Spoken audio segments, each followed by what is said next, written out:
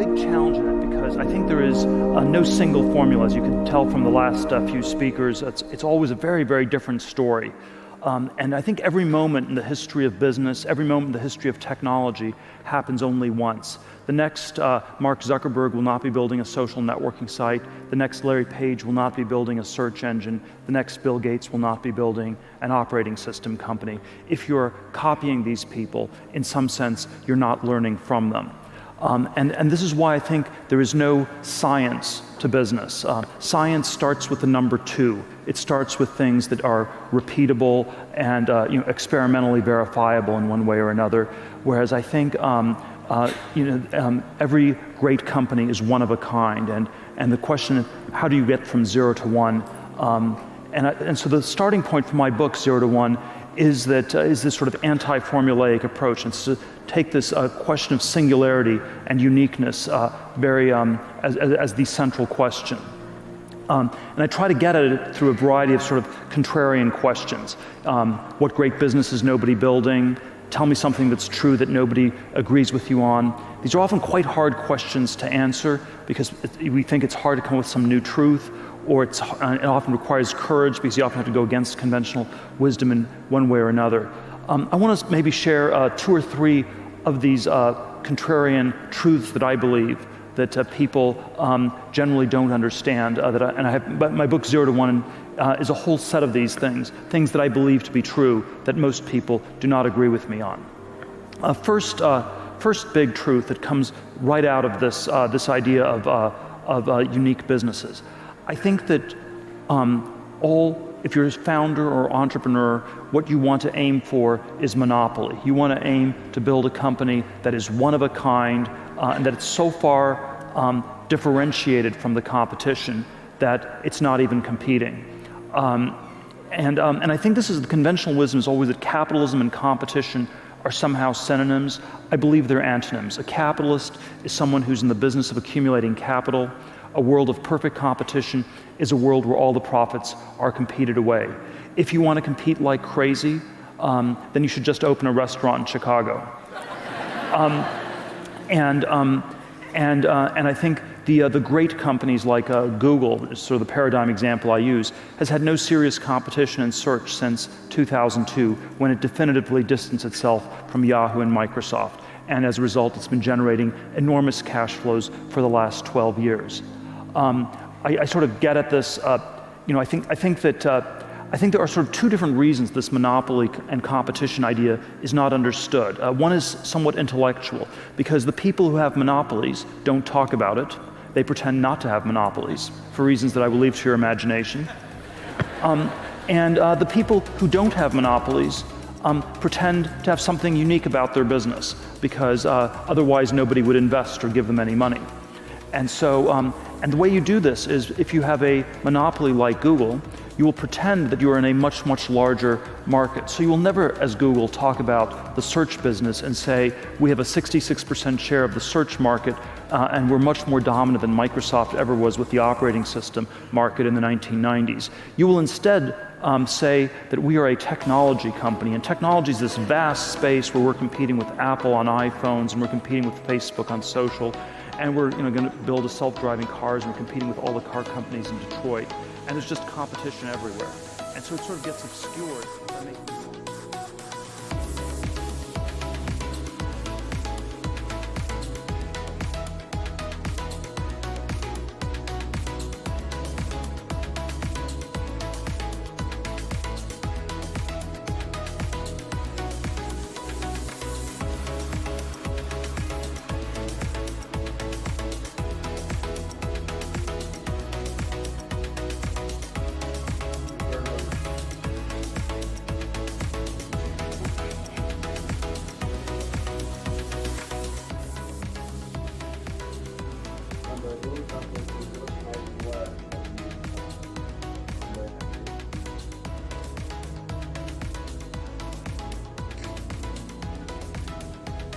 All right, welcome everyone, and apologies for starting behind schedule. Just few technical issues. Welcome to Economic Summit. I'm super excited to have everybody here tonight, and for everyone who will later have a feel of this episode. I'm sure you are going to really be imparted, because just like we say, Economic Summit, our principal assignment here is to raise billionaires, is to make you a wealth creator, because in my opinion, economic empowerment is such a thing, a thing that everybody should, have. You should be empowered. See, a lot of the times our ideas, our dreams are truncated, do not get to see the light of the day because of lack of economic empowerment. An economic summit derived its name from, from the vision, such that we want to see everybody at that summit, at the pinnacle of your career, at the pinnacle of your business. That is the reason it's called Economic Summit. Welcome to another episode where we're going to be looking at our billionaire friend, Peter Thiel, where we look at one of the things he has, few things he has put down in his book, 0 to 1. My first encounter with Peter Thiel was a few years ago when I was reading a book by, I'm trying to remember the author now, but the book was actually about Facebook, becoming Facebook, I think, something like that, becoming Facebook. And that was the first time I heard his name, and from that time I've been following up. And then I came across this book, 0 to 1, few years ago, and each time you Google best technology books, 0 to 1 still come up all of the times. Just like you saw in our meme or on our ad. The first opening statement is in his preface is, every moment in business happens only once. When I got that, I was trying to fight that. Is that completely true? He said the next Bill Gates will not build an operating system. The next Larry Page or Sergey Brin won't make a search engine. And the next Mark Zuckerberg won't create a social network. He said, if you are copying these guys, you aren't learning from them. So welcome to Economic Summit tonight. I'm sure you're going to be powered up. We got a lot of feedback from our viewers. I want to say thank you for those feedback. My joy primarily is that people are already taking decisions. You see, I want you to know this, that whatever becomes of you, whatever you see outside of you is first within. I've said this virtually in all episodes, and this is what we're trying to get us to. This is a point we're trying to get everybody to, such that you become that thing first of all. Permit me to say this. There was a time I was reading the material, and he used a pious word, a religious word, which is the word born again. Now, from that statement, I have been, thinking about this statement I want to make now. You see, you are who you are by the content that is inside of you. And human beings, men and women, are we're the most dynamic of all creations, of all God's creations. When a baby is born, when a girl, a boy is born, let's take maybe the baby is born in India, in one remote village in India, or in one remote village in Africa.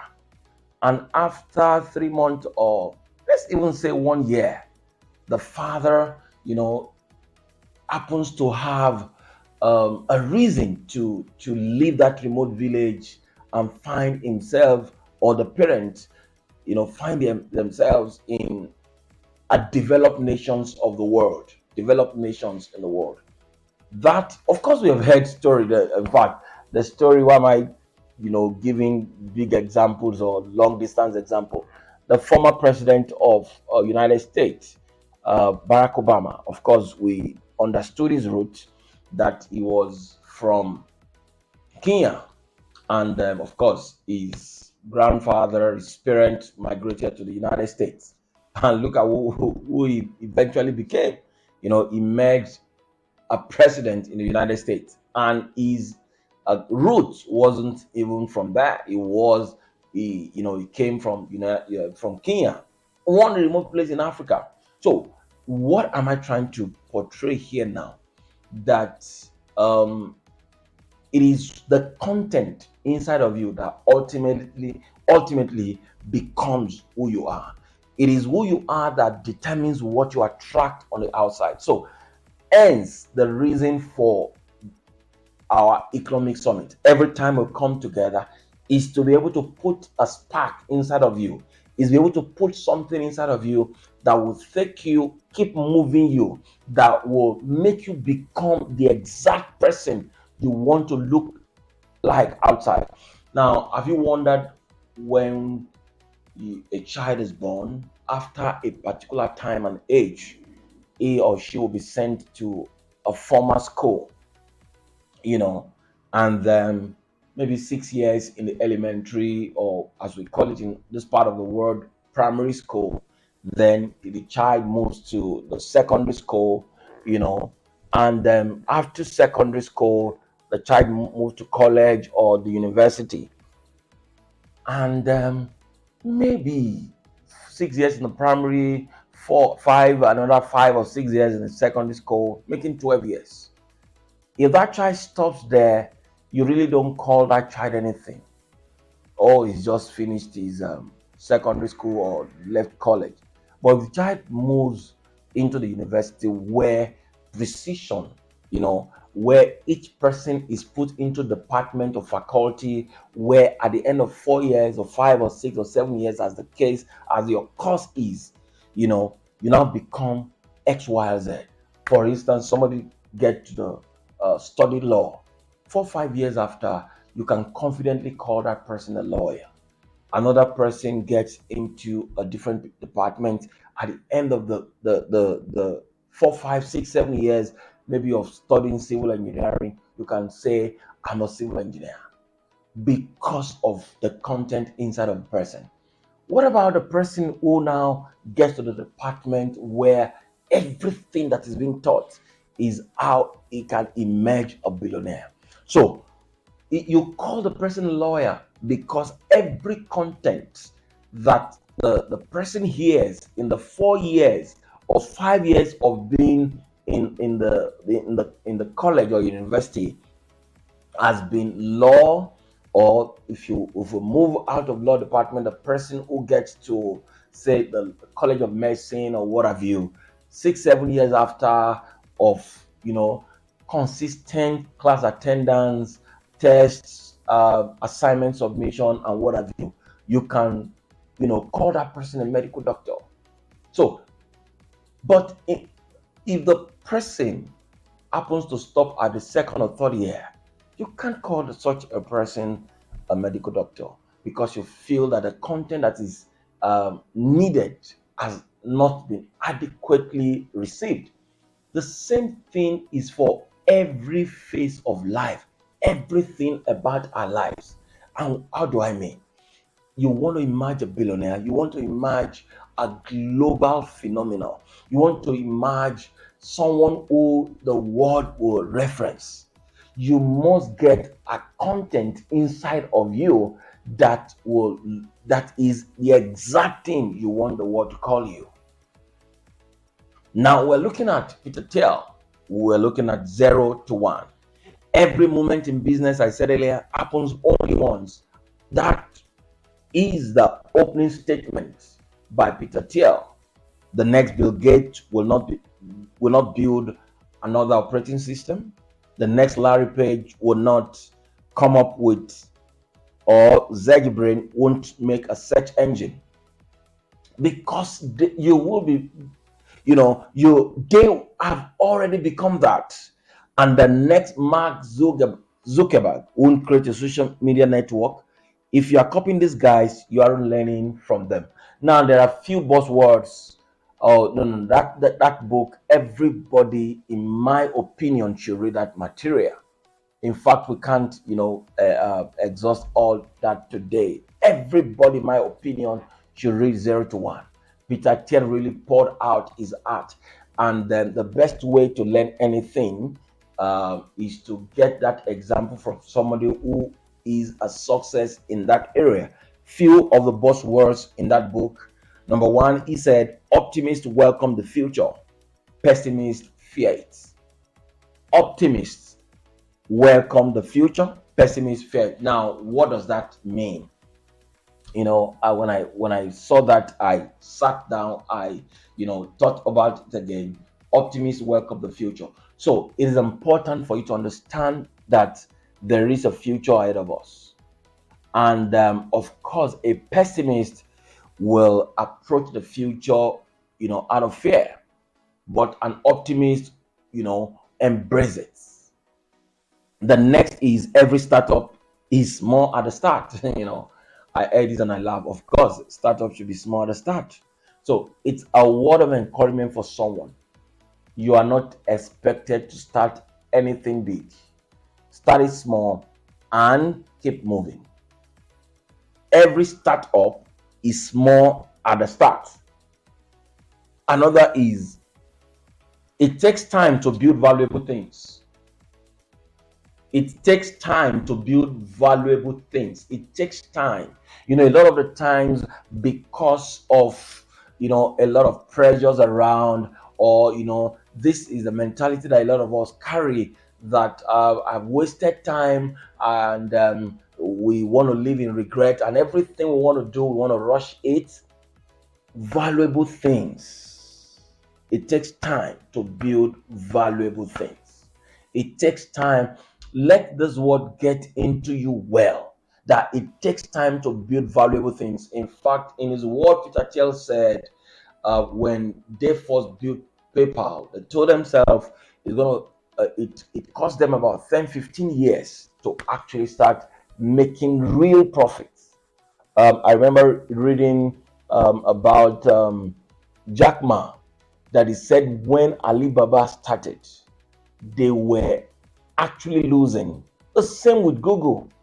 When Google started, the 25 million investors fund was used up, and they were not making any profit. In fact, the investors threatened that if they don't have a good model for profit, then they were going to be sued. Eric Schmidt came on board, and one of the first things they told Eric Schmidt, Larry Page, and Sergey Brin was that he should, if he believes so much in Google as a company, that he should invest his money. And Eric Smith dropped $1 million. I have never seen it before. That was the first time I was hearing and reading it, that you go for a job interview. You want to become the head of that organization, manager, or whatever it is you want to become. And the condition for joining that organization is that you have to bring in money. The company you want to come, to earn money. And they gave Eric Schmidt, Larry Page and Sergey Brin gave Eric Schmidt the condition that if you truly believe, and that was after they used up $25 million. On my head, then I was asking myself, what do you need $25 million to create, a website? And funny enough, when you get to the home page of Google, you will only see a search box and the name Google, and that was it. I was asking myself, what do you need $25 million? And funny enough, the first page, the first web page they built wasn't as beautiful as that. So how did you spend $25 million? And few years into few years into operating the company, they never made any profit. In fact, it got to a time when they had to sit down and they asked themselves, how can we make profit? You know, the funniest thing, it was one of the employees, I can't remember the number now, who came and said, well, from our side, because one of their slogans or their business slogan is "Don't be evil." They were looking at Bing, Microsoft search engine, and Yahoo search engine then, and they discovered that when you are searching, for instance, on Yahoo, you get to the result that comes from your search, could be a little bit buggy, a little bit, of unnecessaries. It comes with a lot of unnecessaries. So they feel, number one, your search should be ranked. The best of your results should appear at the top. And the other is they don't expect your search to be monetized. They believe that the search has to come without any interruption at all. For instance, I want to search a billionaire.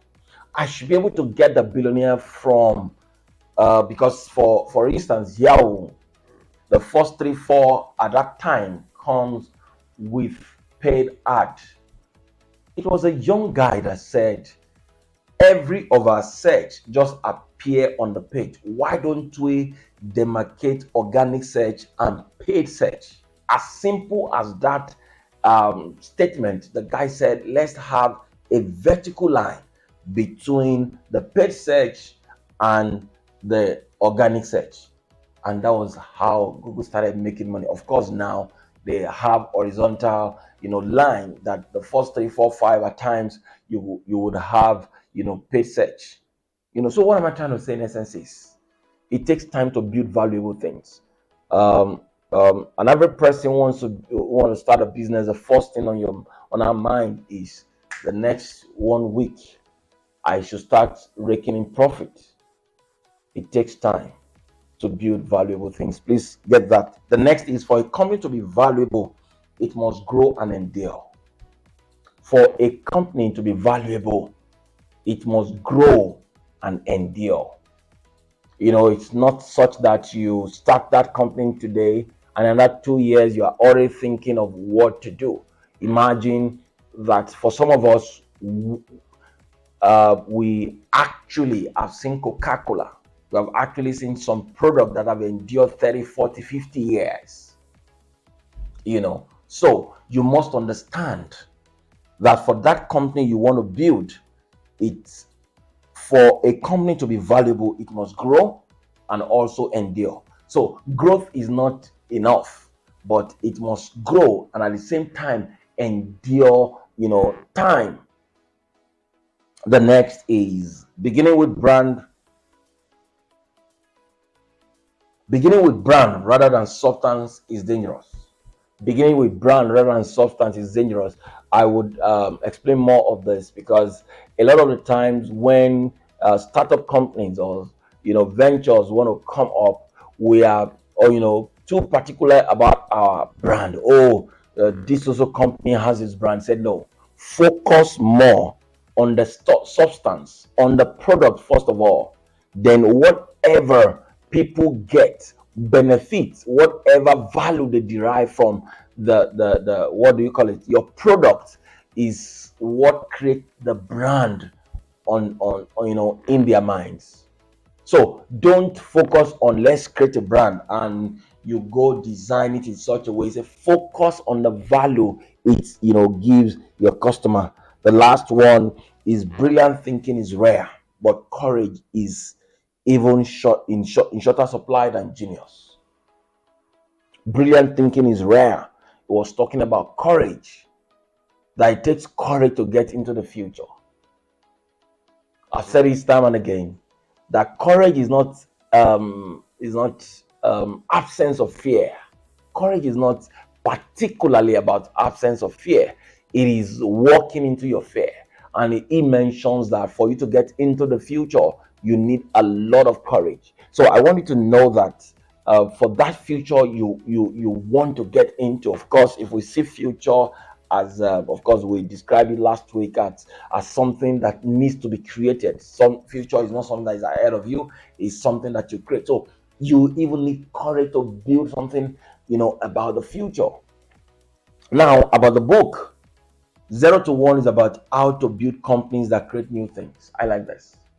0 to 1 is essentially how to build companies that create new things. How to build companies that create new things. Is your company creating new things? We'll get there. He says, it is about the questions you must be able to answer to succeed in business. It is about the questions you must ask and answer to succeed in the business of doing new things. What follows is not a manual or a record of knowledge, but an exercise in thinking, because that is what a startup has to do: question, receive ideas, and rethink business from scratch. This book, it's what do you call it? The 210-page book, authored by Peter Thiel with Blake Masters, has 14 chapters. Now let's get to know who is Peter Thiel. We've talked about Peter Thiel. Of course, few of us must have heard of the name of this company, PayPal, that is presently owned by eBay now. Of course, a lot of the times when we talk about PayPal, the name Elon Musk is what comes to mind. Oh yes. PayPal was actually started by Peter Thiel in 1999. Then few blocks away, Elon Musk existed, and and he was actually doing something similar to what Peter Thiel was doing. He created what is called X.com. Peter Thiel, created PayPal during the, what do you call it now, internet buzz. So Peter Thiel created PayPal.com. Elon Musk created X.com. When both of them saw that they were actually doing similar things, they had a meeting, and two of them merged the company, and they shared it. Their profit sharing is 50-50%. So Peter Thiel was born, on the 11th of October 1969 to a German-American billionaire. He's a German-American billionaire. He's a venture capitalist and a political activist. Like I said, he's a co-founder of PayPal, Palantir Technologies, and Founders Fund. He was the first outside investor in Facebook. He actually invested $500,000 at the early stage of Facebook, $500,000. And at that time, the $500,000 got him 10% stake in Facebook. $500,000 got him 10%, stake. Today is worth $7.19 billion. Is worth $7.1 billion. Now, let me quickly say this. He's worth $7.1 billion today. When he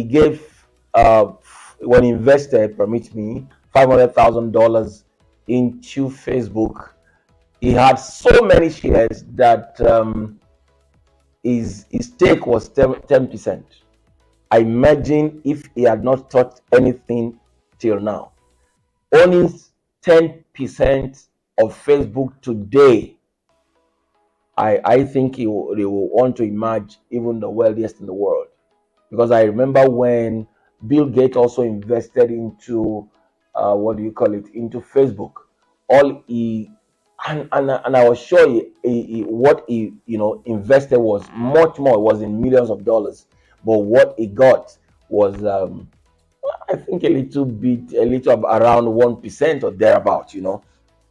So, but what do you call it? Peter Thiel sold his stocks. He sold, I think, sometimes in 2000 or thereabout for for about $600 million, for about $1 billion. So, why are we looking at this book? Why the book? Simple. It is authored by a billionaire, because that's what we want to do on this platform. We want to be able to show you how it has been done by a billionaire, and we want to be able to steer in you that desire to get into that place, so I've been able to do that opening statement for us. And then I want us to look at few things. There's no reason why the future should happen only at Stanford or in college or in Silicon Valley. There is no reason. There is no reason why the future should happen only at Stanford. There is no reason why the future should happen only at Silicon Valley. Why the future should not happen only at Silicon Valley. The future can happen in your room. The future can happen around you too. It takes thinking beyond our limitations. It takes a global, perspective to know that if it can happen anywhere, it can happen with you too. If it can happen anywhere, it can happen with you too. That is the thinking we want you to have on this platform, the Economic Summit. I want to say it again. There is no reason why the future should only happen at Stanford, why it should only happen at Silicon Valley. You can turn your room to another Silicon Valley. You can turn your room to another Stanford College, where ideas that is churned out or are churned out from there can impact the nations of the world.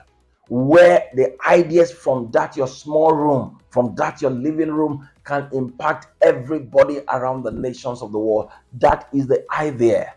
And I believe that one of the reasons why we're reviewing these books is that when you go through materials of successful people, it is the easiest way to be successful, because whatever you fill your mind with, that is what you ultimately produce.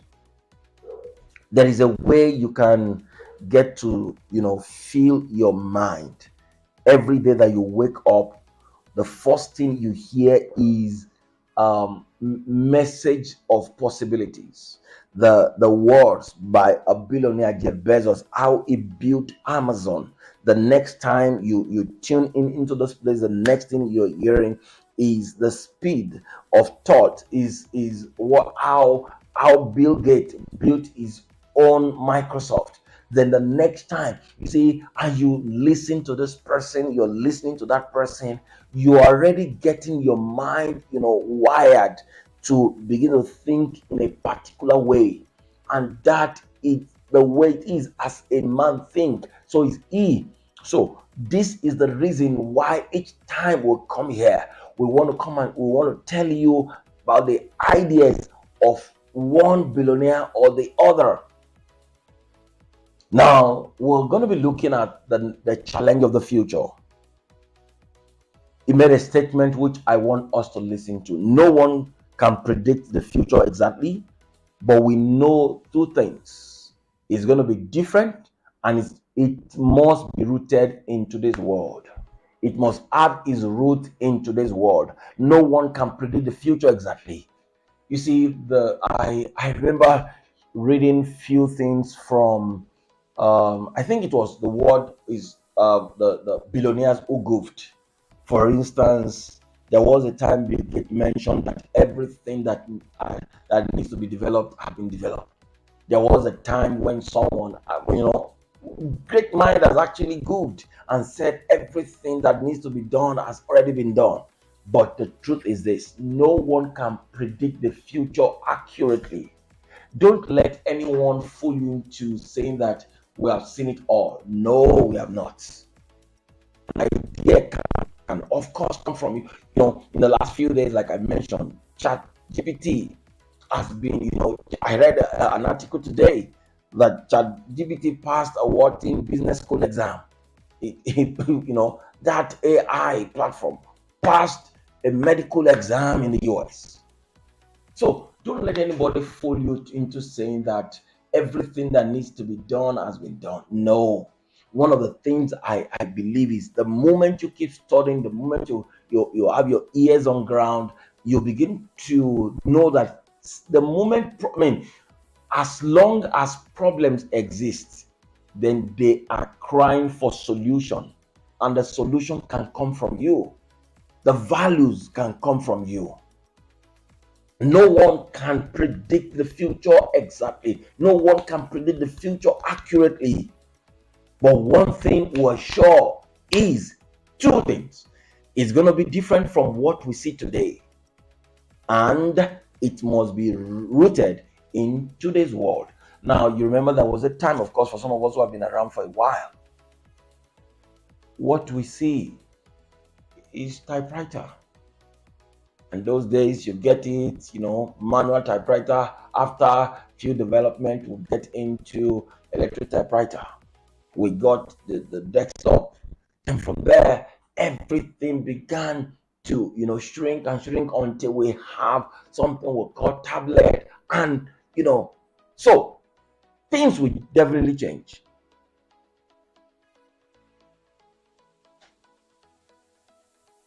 Things will definitely. And one thing I want you to get to know is that technology is a miracle. Technology is a miracle. Why? Because it allows us to do more with less. Technology is a miracle. Technology is a miracle. I will get to explain to us what technology is about. Now, let me say this quickly. When we think about the future, we hope for a future of progress, and that progress can take one of the two forms. One, horizontal progress, and two, vertical progress. Horizontal progress and two, vertical progress.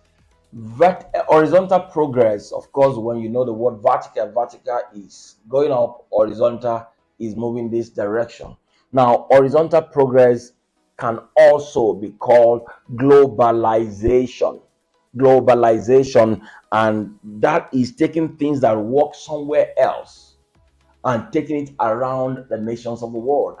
China is a typical example. At a time, all they did was to get to, the United States.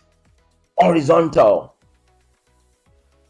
progress is known as globalization, taking things that work somewhere and making them work everywhere. Example of this is China. China is that practical example of globalization. Its 20-year plan is to become like the United States is today. That is globalization. That's progress, but it's horizontal progress. So for you as an individual, for you as a company, if all you do in your company is to say, okay, let's copy what is being done in other organizations, what you are experiencing is what is called horizontal progress. Progress by copying what you see in someone else. The organization is making progress, but that progress is conditioned or premised on what you see in other company, in what you see others do. And on the global stage is called globalization. And that I found out that, okay, before then, let's look at what vertical progress is. It says that vertical progress is harder to imagine because it requires doing something somebody else has never done. Vertical progress is harder to imagine because it requires doing something nobody else has ever done. And the single word for that vertical progress is called technology. The single word for that is vertical technology. Vertical progress means technology. And how is technology defined? Any new way and better way of doing things is technology. Now you see that when we put globalization and technology side by side, you will discover that developing nations, what we are experiencing is globalization. and it looks like the developed nations are where new things happen, and what developing nations just do is to copy them. Now, when we bring it home to our different organizations, when we bring this home to our individual lives, I want to ask a question. Are you experiencing progress vertically or horizontally? What you experience in your life, what you are experiencing in your company at the moment, is it just what you see others do and you try to fine tune it and you bring it to your company, or you sit down and new ideas in particular, new ways of doing things, you come up with new ways of doing things, and that is the way you are building your organization? Both are progress. Both are progress. And like I said, I'm bringing that home to our personal lives. This is January. I've been doing something for myself. I was very intentional. The last few days of the year, I sat down and I set out the plans for the year. I've seen that most of the times when you meet people at the end of the year, they are grateful for life, but there are no things to actually celebrate their years, no significant progress.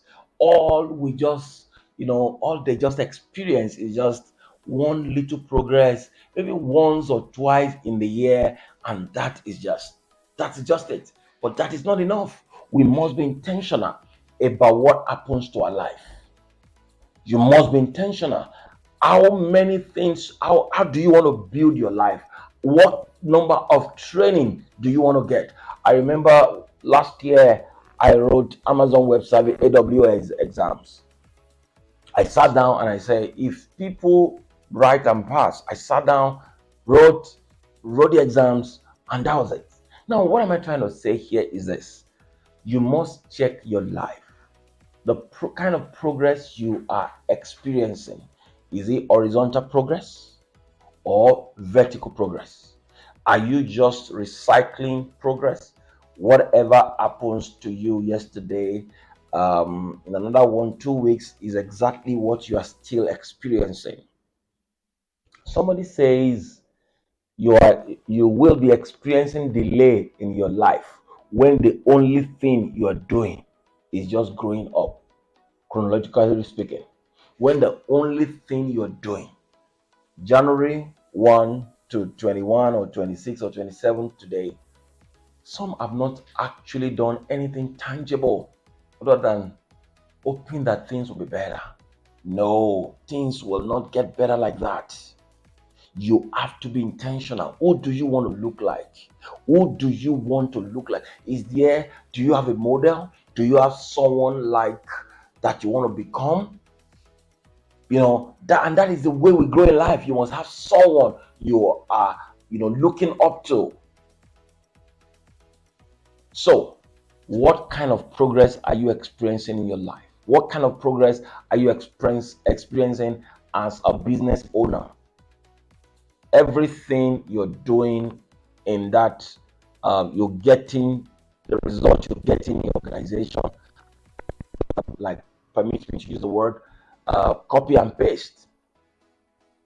You are not intentionally creating new ideas. There is no new thinking in your organization and as an individual. And then you see, one of the things I found out is, there is this word or line of statement that you cannot correct, you cannot change the wrong things. You cannot change the wrong things around your life, around your organization. You cannot use the same old thinking that created the problem. You cannot use the same old thinking to correct it. For you to correct the old way, for you to correct the stagnancy, for you to correct the what do you call it now? The horizontal progress, there must be a new way of thinking. You can't use the old mentality that got you here. You can't use that mentality to make progress. You must be intentional.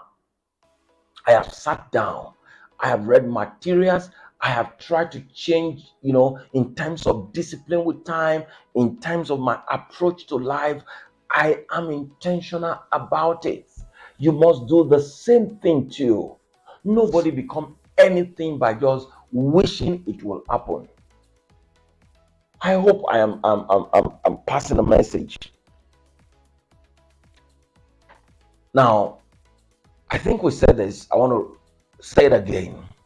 That any new way and better way of doing things is what we call technology. Any new way and any better way of doing things is what we call technology. Now, spreading old ways to create wealth around the world, Peter Thiel said it will result in devastation. Spreading old ways to create wealth, it will result in devastation, not riches. In a world of scarce resources, globalization without new technology is unsustainable. Now, he's saying that if we adopt globalization, that in my organization, in our country, that the only thing we want to get, how we want to get things done, is by copying what has been done in a developed nation, in a bigger organization. That is the way you want to create your own system. Instead, it will end in devastation, it will end in disaster. There must be a new way of thinking, and I cannot oversay this. You must, be intentional about the materials, about the what you expose yourself to this year.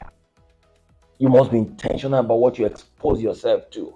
You see, of course, some of us will have sat down before you will have been privileged to watch a movie, and then sit there to watch movie for 2 hours, or maybe season movies that some of us can watch in 5, 6, 7 hours. Do you realize that after watching those movies, they tend to become a reality? They tend to become our reality. It is the same thing with life, just like what I explained earlier. Somebody, your son, your daughter, or someone left your house, and in 4, 5 years, you didn't see him again. And the next time you see him, you say, Dad, or Mom, or Days, or Uncle, I'm now a lawyer. And when you ask questions, you see it tells you that this is what you just said is called partnership law. What you just said in law is called breach of contract. What you just said now is this and this, and you're like, wow, you've really changed. And that is the power of information. So you must be intentional. You must ensure that what gets into you has the capacity, has the ability to change you to become a new version of you. So you must be making vertical progress, and that is by way of technology. Now, new technology has never been an automatic feature of history. I like that word. New technology has never been an automatic feature of history. New technology tends to come from new ventures like new startups. New technology has never been. See, nothing is automatic. Nothing. New technology tends to come from new ventures. And positively defined, a startup is the largest group of people you can convince of a plan to build a different future. So if what you are doing is not building a different future as an individual, you cannot experience this economic summit we're talking about. Billionaires think differently. Successful men think differently. Said positively defined, a startup is the largest, I like the word, largest group of people you can convince of a plan to build a different future. A new company's most important strength, did you see that? Is new thinking. A new company's most important strength. It didn't say it's capital. Of course, if I say, how ready are you for that new company? How ready are you for that new business? You said, yes. I got about 20 million naira. I got about $20 million from my uncle. But he's saying that is not. That the most important strength you will have as an individual, as a company, is your new way of thinking. And the first step to thinking clearly is to question the old thought. The first step to thinking clearly is to question what we think we know about the past. It's important. Oh, yes. Isaac Newton, a guy who, postulated or created the several laws of motion. Of course, I read that he was under a tree, under an apple tree, and when the apple fruit fell down, he just got thinking, why is it that when the apple fell down, why did it not go up? Why is it coming down? After that got him thinking. He noticed that when he throws things up, they come down. That was how he started asking questions. That, of course, brought about a new way of thought. He began to question, it is good to question status quo. Some of us just, accept everything. We just accept everything as they come. No, you must be able to ask questions. Why not this? Why is it this? Why can't it be in a way? And the more questions you ask, the better answers you will get.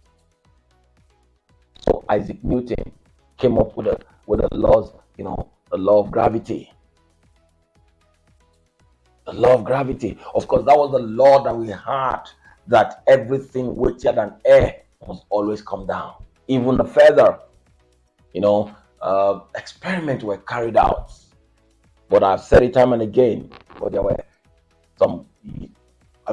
two brothers who said, of course, we respect the law of gravity.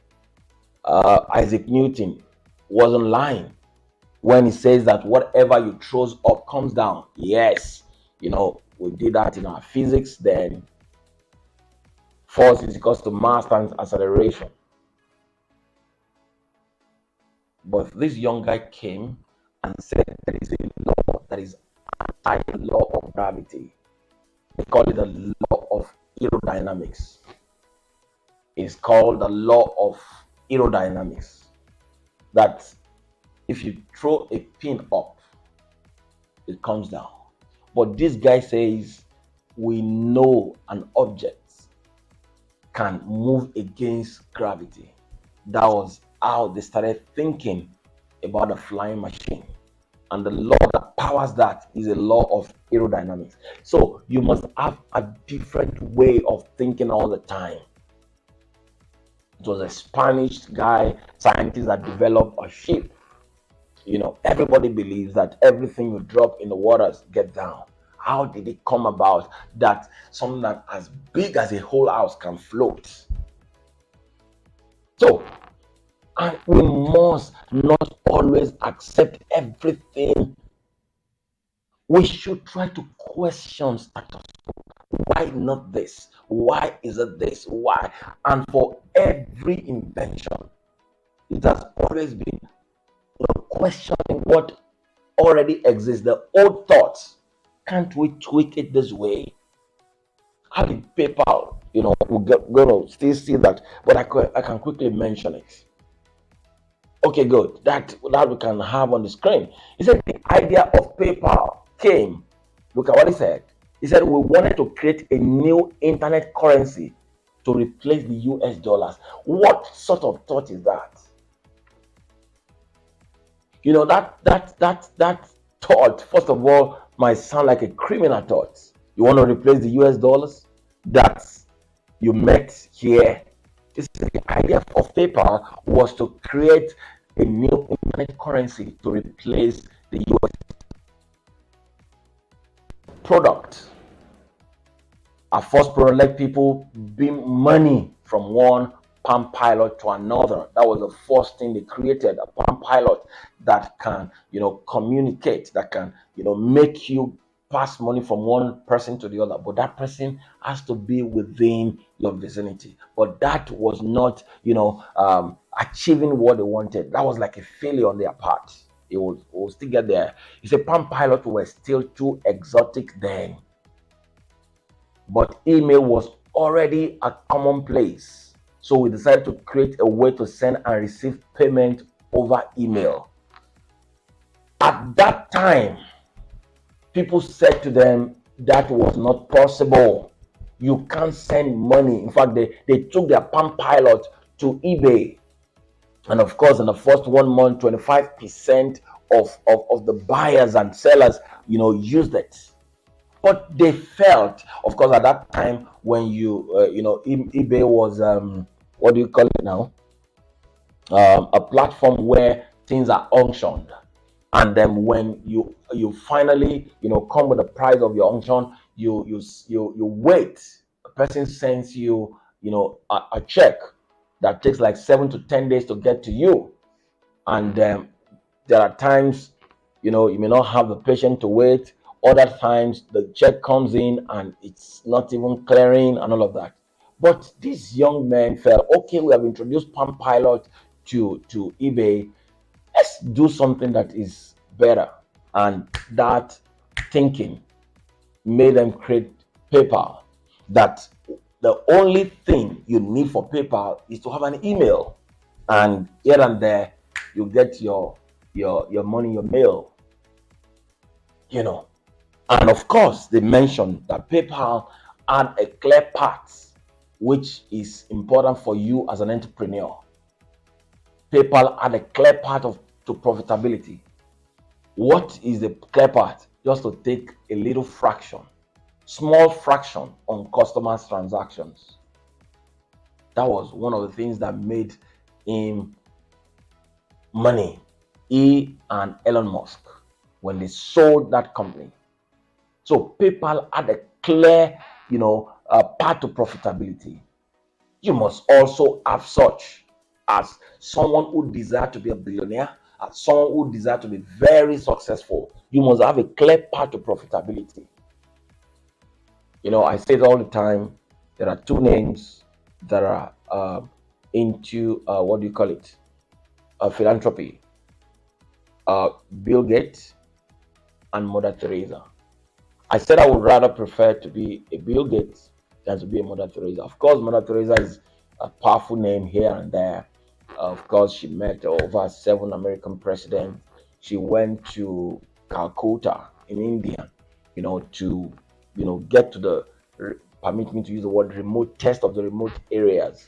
And one of the things she said is, if any of her sisters doesn't wear a smile, you can't walk there, because the poorest of the poor needs your smile.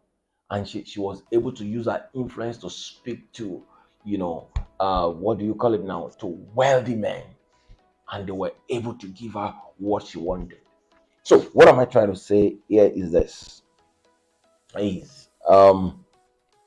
must get to understand that you must have a clear path to profitability. Clear path to profitability. You must have a clear path. How do you want to make your profit? Of course, when I read about Jack Ma, he had his own subscription, freight, and what have you. For the next few minutes, about 5 or 10 minutes, let's look at small lessons from Silicon Valley. lessons from Silicon Valley. Just pick few things in that materials that I know can get you steered up. These I will say every time I come here, that one of the most important things we're doing is to be able to steer our mind up. That is a reason why we're placing this what do you call it, this text on the screen. That's the reason I'm reading them, so you can see that these are words from those materials. Is important, is a, so that you are steered up to say, I will take a decision. The truth is, some people have given up on life. Some people have given up on life. They feel, I have tried in the last 20 years. Maybe when I was 20, I listened to this kind of some will call it motivational speaking, if that is what you want to call it. But I'm not motivating you. I'm trying to see a way to get something, steered up inside of you. If you call it motivation, it's all right. But like I said, the biggest picture for me is that something, is giving expression inside of you that wants to be big. Something is giving expression inside of you that desires, you just become dissatisfied with your present stage. You just become dissatisfied with because some people are so complacent. I'm 45, I'm 50. How will anything happen about my life? Oh, yes, it can. So long you're still breathing. At the age of 64, was when, what's the name now? The founder of Kentucky Fried Chicken speak of his life again. The first episode was Sam Walton. The first, what's it called? Walmart was started at the age of 44. What's the name again? Jack Ma at well over the age of 40. Don't write yourself off. Don't say, well, for the last 25 years. The truth of the matter is this: if you are traveling on the wrong direction, no matter how fast you are on the wrong direction, you can never get to your destination. So maybe what you've been doing in the past hasn't been the right thing. What you are doing in the past hasn't been the right thing. So what am I trying to say in essence is this: one of the things that actually inspired me to be doing what I'm doing was when I read the stories of two men from different continents, one from Australia, another from the US. An illiterate man in the US who wasn't doing well with himself, but he got to a time when he read materials. He taught himself to read, and afterwards he started reading materials of successful people. I read the book Jim Quick this year. I've read about 7-8 books this in January, because I want to intentionally become the better version of myself. Jim Quick also said there was a time in his primary school when he was standing on a particular place, and he, out of what do you call it, fear, he hit his head on the floor, and he was taken to the hospital, and it was told, that he had a cracked brain. From that time, he lost concentration. He wasn't able to do anything well, and all of that. In fact, his teachers called him the boy with the cracked brain. That broke him because he wasn't concentrating, wasn't doing well. But that was not the way he was, So he got to college, and he wasn't even finding for in fact, the higher he gets in what's it called in school, the worse he became. His performance became. So what did he do? He wanted to call it a quit, but he had a friend who he said he could confide in, and said, in the next couple of days, I'll be leaving the college. And he said to himself that the friend actually mentioned to him that, okay, well, that's not a bad idea. You won't be the first person who will leave college. But before you leave, can you just come and spend the night in my house? And he agreed. Oh, what is the relationship between my leaving college and taking me to your house? Apparently, the next morning when he woke up, the father of his friend called him quick because the friend already related with his dad that this is my friend. He's planning to quit college. The father invited him and they started having conversation. Said the man tore a paper and gave it to him and said, write in this paper what you desire to become in life. He said, as easy as that was, it became blank for hours. That nobody has ever actually taken him up to say, write what you want to become. You know, after a while, the man invited him again and said, have you done what I said you should do? He said he showed him. The man said, beautiful. Said the man took him into a large room in a house. And then said as soon as he got into that room, it was like taking him into a house full of snakes. But what were the things in the book in the room? He said from the floor almost to the roof were shelves of books because he had apathy, he had hatred for books. So because of that, the moment he saw those books, he just became afraid. The man said, "These are the things that make me who I am today." So the man brought about 3 or 4 books, gave him one of the books by Napoleon Hill, Think and Grow Rich. Gave him another. Said he kept going back to the man, and that was what changed his life. He's a coach today. In fact, he's called a brain coach. Somebody who was called what do you call it? A boy with a cracked brain. So what am I trying to say in essence is this: you become it first within. This, like I said, we'll say it over and again. Let me touch on 2 or 3 things before we go. Lessons from Silicon Valley. A lesson from Silicon Valley. Number 1, make incremental advances. Understand the difference between progress and perfection. I mean, just explain okay. Anyone who wants to change the world should understand that incremental steps are the only safe path toward. Let me just explain that progress and perfection. Understand the difference between progress and perfection. Most of the times we want to blame ourselves, we want to complain.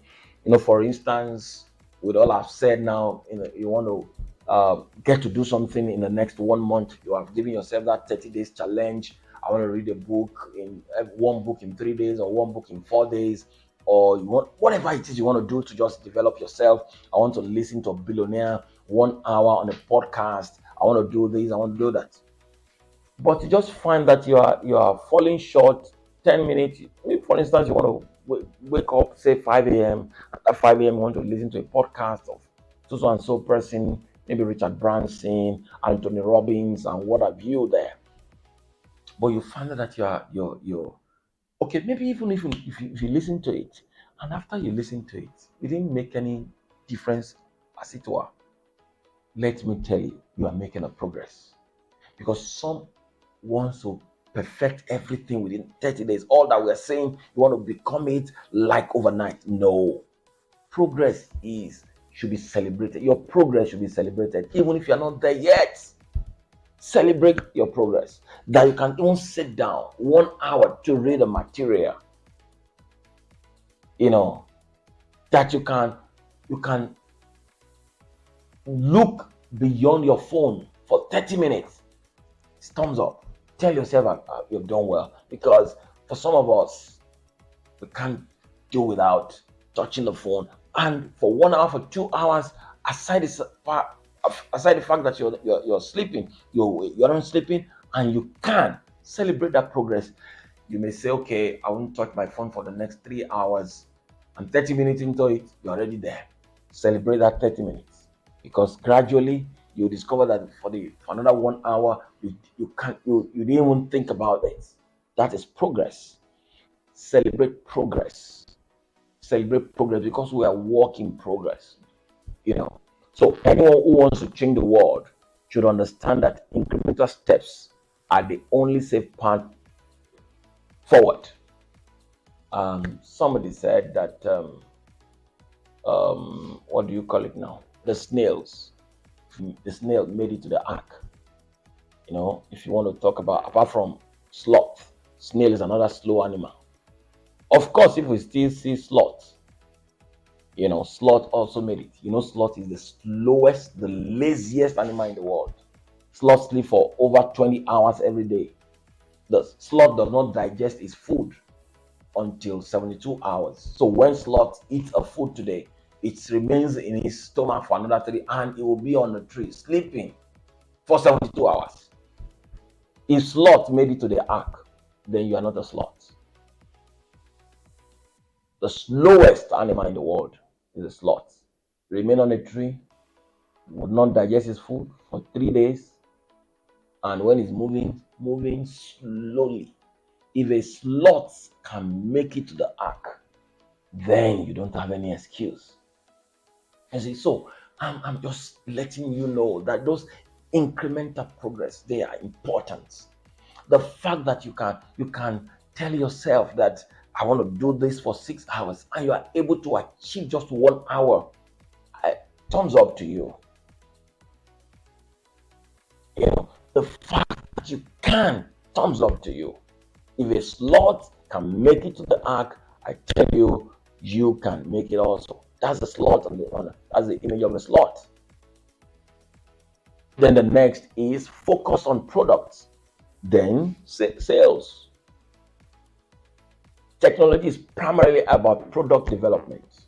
Focus on the product. Like I said, don't focus on becoming a brand and what have you. Focus primarily on your product. What value are people deriving? And we are saying this. What is the connection between a focus on product? All these things you're saying is everyone who is a billionaire, everyone who is successful today has something they are giving to the world, has a value that they are creating. What is the value you are creating? Is your product. The moment you can create a product, our time is fast spent. I have the story of Microsoft, Google, and Apple. When Google and Microsoft had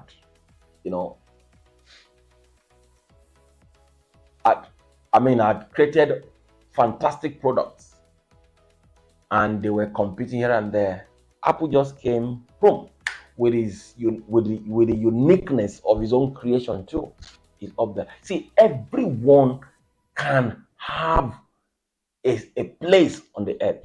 Everyone can have a place on the earth. I'll leave you with this last thing. A bad plan is better than no plan. A bad plan is better than no plan. Let me use what do you call it now? If there are certain times you feel, you need to, we have talked about progress and perfection. Some people want to make sure that everything is look at what we're doing. For instance, let's use ourselves as an example. We've been doing this thing that we're doing the last 3 or 4 years. If we show you some of our old videos, you will want to throw us away. Days when we use plastic chairs to sit down. Days when it is just one old rickety phone that we use, and we are consistent. Be there. A bad plan is better than no plan. Keep those plans. Everybody from Microsoft to, why are they having Windows 5, Windows 6, Windows 7, Windows 9, Windows 10, Windows XP? They started with whatever that looks like it. But as they keep doing it, they discover that we can have a shift. We can have a shift.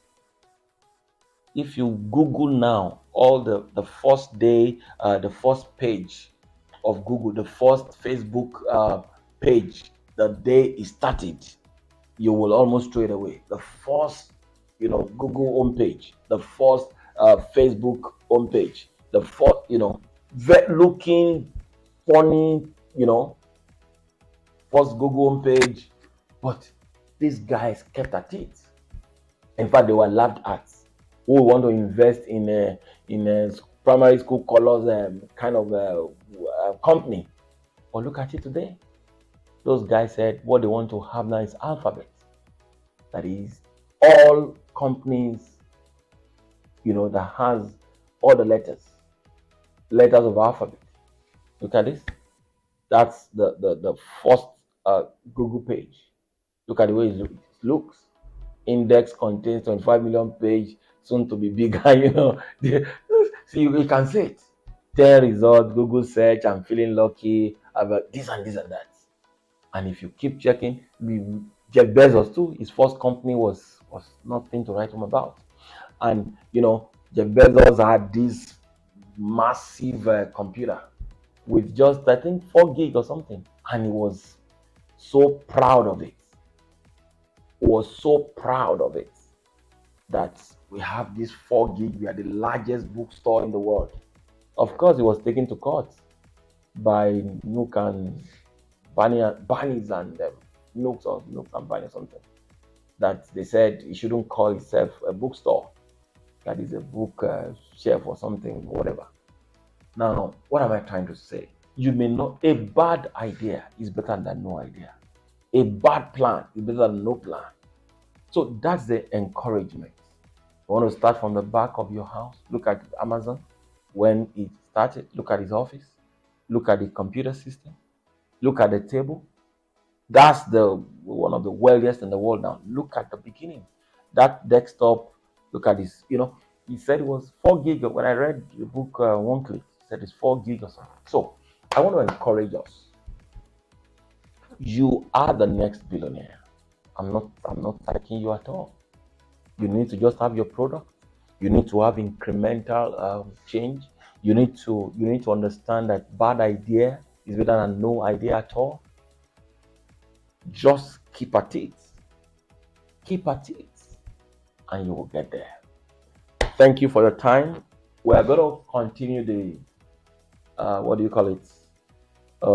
0 to 1 next week, because there are so many things to still talk about. There are still so many things to talk about. Thank you for your time. I hope to see you next week, God's willing. And I want to encourage you. Economic Summit, that is a platform, and we want you to be a wealth creator. We want you to be a billionaire. That is why we're bringing you the thought of billionaires. We're bringing you the thought of billionaires, how they started, the challenges. Thiel said he failed at some point in his life, but he never relented. See, I've heard a man, of course, in a religious circle, said, fear a man who does not have failures. Fear a man who does not have failures. Of course, as a teacher, you will understand that you need to correct your errors. I'll leave you with a few words of Peter Thiel till I come your way next week on Economic Summit. Thank you very much, and God bless.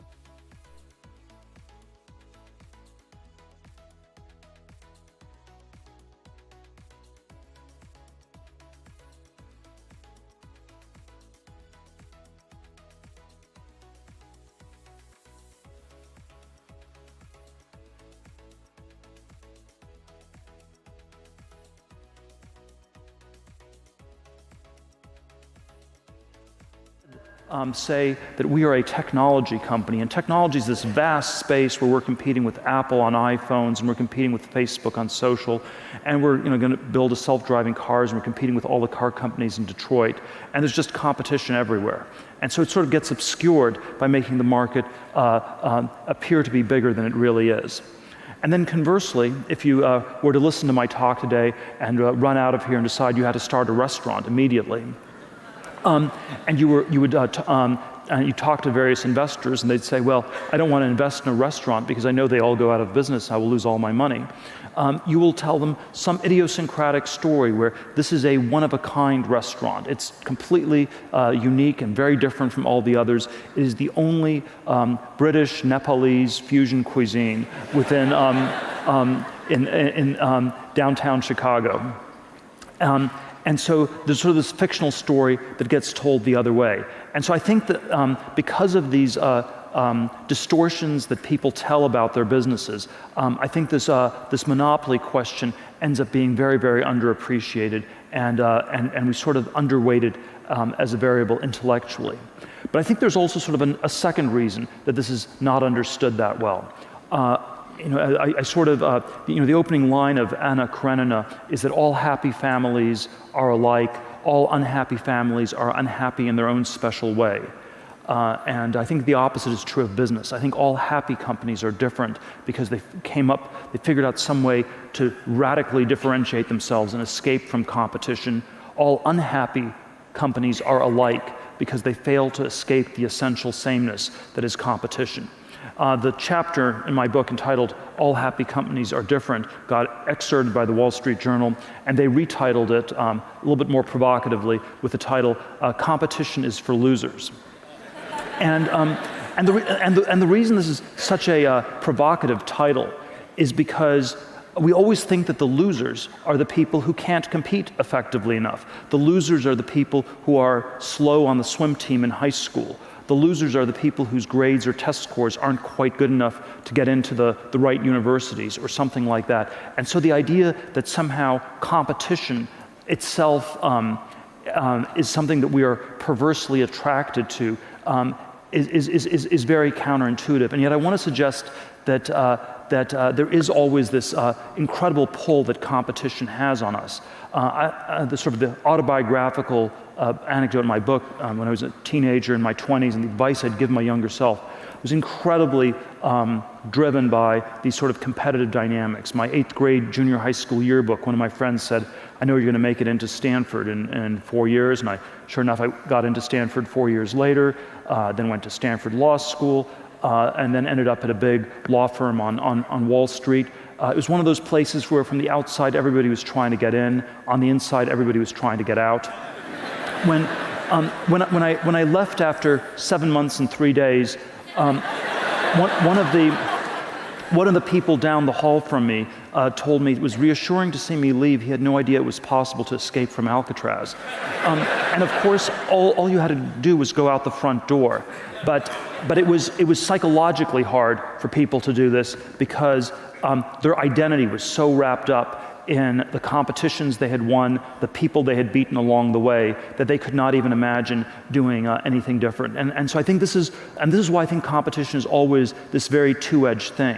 When you compete ferociously, you will get better at that which you're competing on, but you will always narrow your focus to beating the people around you, and it often comes at this very high price of losing sight of what is more important or perhaps more valuable.